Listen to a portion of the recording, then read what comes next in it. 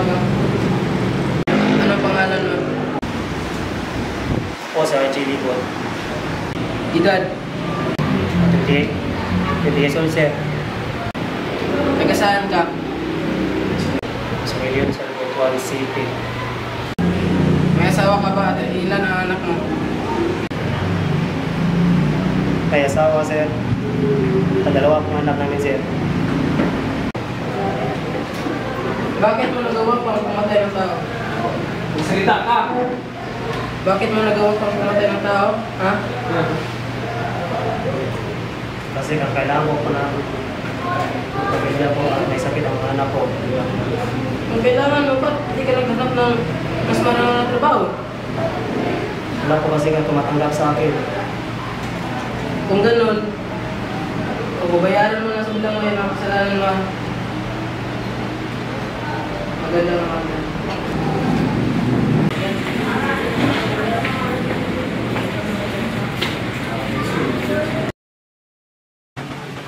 Ito talaga kayo amin? Ilang araw na tayo dito ah. Wala po talaga kaming kinalaman dyan, sir. Totoo ba talaga ang sinabi ng asawa mo? Ma'am, hindi po yung totoo. Wala po kaming kinalaman dyan. Hindi namin alam. So di talaga kayo amin. Pues, may sorpresa kami sa inyo. Tulong!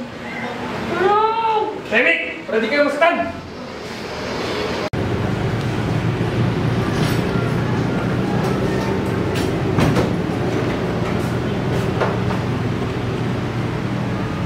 Pakinggan nyo. Nak? Huwag niyo idama yung anak ko! Wala kaming alam. Wala kaming alam. Ano yun? Matigas talaga kayo ah! Huwag niyo sa mga asawa ko! Opo! Tama na yun! Sir? Ano, umami na? Hindi pa sir, matigas eh.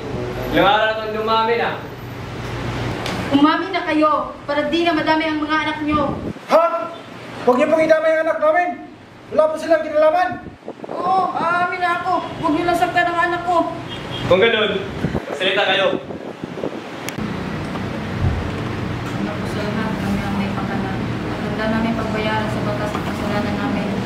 Huwag niyo lang idamay ang anak namin kasi sila.